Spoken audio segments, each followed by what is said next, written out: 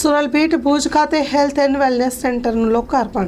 સુરલભીટ ભુજ ખાતે આયુષ્યમાન આરોગ્ય મંદિર હેલ્થ એન્ડ વેલનેસ સેન્ટરનું લોકાર્પણ કરવામાં આવ્યું. સ્ટોરી રિપોર્ટ બાય કરણ વાઘેલા, ભુજ. મારું નામ ડૉક્ટર મુસ્કાન સુમરા છે અને અમારે અહીંયા સરપટ ગેટ પાસે અર્બન પ્રાથમિક આરોગ્ય કેન્દ્ર નવું ખોલવામાં આવ્યું છે, જેની અંદર આપણે હાઇપરટેન્શન છે, જેમ કે પ્રેશર વધી જાય, પછી ડાયાબિટીસ, શુગર છે, એના માટે વિનામૂલ્યે ચેકઅપ ઉપલબ્ધ છે. અને એના સિવાય આમ તમને તાવના લક્ષણો દેખાય તો એના માટે બી રિપોર્ટ અહીંયા થાય છે અને વિનામૂલ્યે થાય છે. એના માટે ગરીબ લોકો હોય તો એ લોકોને બી અહીંયા સારવાર વિનામૂલ્યે મળી શકશે.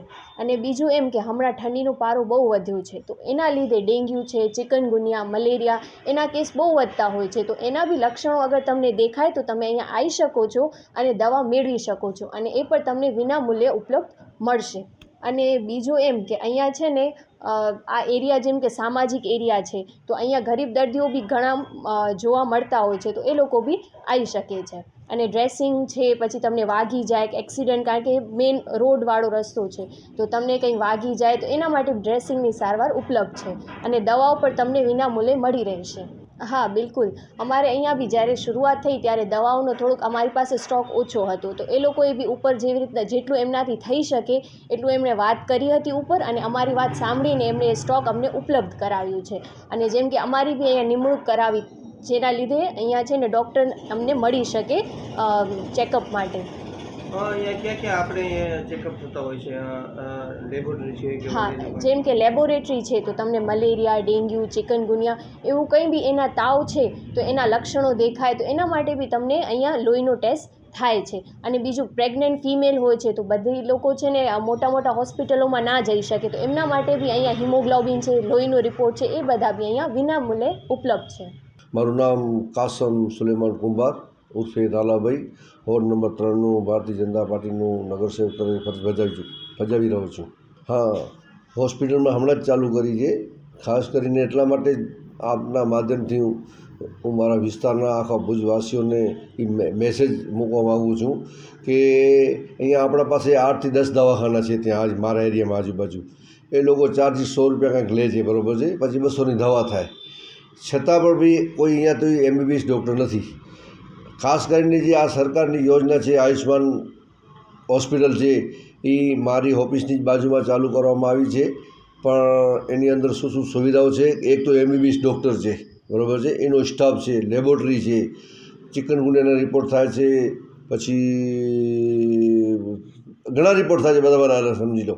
પછી પ્રેગ્નન્સી લેડીઝ હોય એના માટે કોઈ દવા લેવી હોય, પછી કોઈને વાગી ગયો હોય, પછી કોઈને રિપોર્ટ કરાવવા હોય, તાવ આવતો હોય, એટલે સામાન્ય જે બીમારીઓ હોય એમાં આપણે જો એનો લાભ લઈએ તો મને એમ લાગે છે કે ત્યાં નિદાન સારો મળશે અને દવાઈઓ પણ ફ્રીમાં મળશે.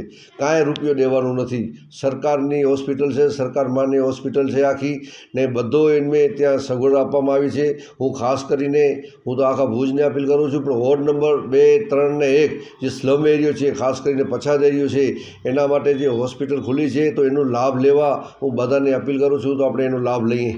હા, ખાસ કરીને હું જોઉં છું ઘણીવાર કે અહીંયા ડૉક્ટરો શું હોય, ઘણીવાર ત્યાં મોટા દવાખાનામાં જાય તો એ લોકોને રિપોર્ટ કરાવે એટલે ઓછામાં ઓછા 1200-1300 રૂપિયા દવાના લાગી જાય. ને અહીંયા જે લોકલ ડૉક્ટર જે બેઠા છે આજુબાજુ બધા, બરાબર છે, એ કોઈ MBBS ડૉક્ટર નથી. પછી એમના પાસે દવા લે, મેં કીધું ને, આપણે કીધું ને, ત્યાં 400-500 રૂપિયા જાય પણ એને નિદાન સાચો ન મળે, પાછી ત્યાં મોટી હોસ્પિટલ જવું પડે.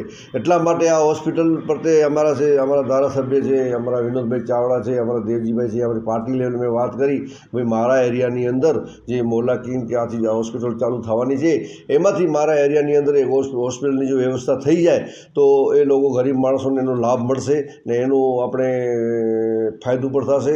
ને હું તો એમ કહું છું કે ઉપરવાળો જોઈશે, તમે સારા કામ કરશો ને તો ઉપરવાળો મદદ કરશે. આ ઉપરવાળા જ મને મદદ કરી છે ને આ હોસ્પિટલ હજી ચાલુ કરી છે, હરવે સેટ થઈ જશે, પણ એમને નિદાન સાચો મળશે ને ફ્રીમાં મળશે.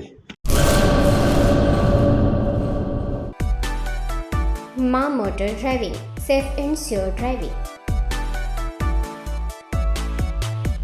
ડ્રાઇવિંગ એ શોખ સાથે આપની મોટી જવાબદારી પણ છે. અમારા ઇન્સ્ટ્રક્ટર દ્વારા સચોટ અને સરળ માર્ગદર્શન. આપની રોજની તાલીમની માહિતી મેળવીને શું અધુરાશ છે એના ઉપર પૂરું ફોકસ કરાય છે.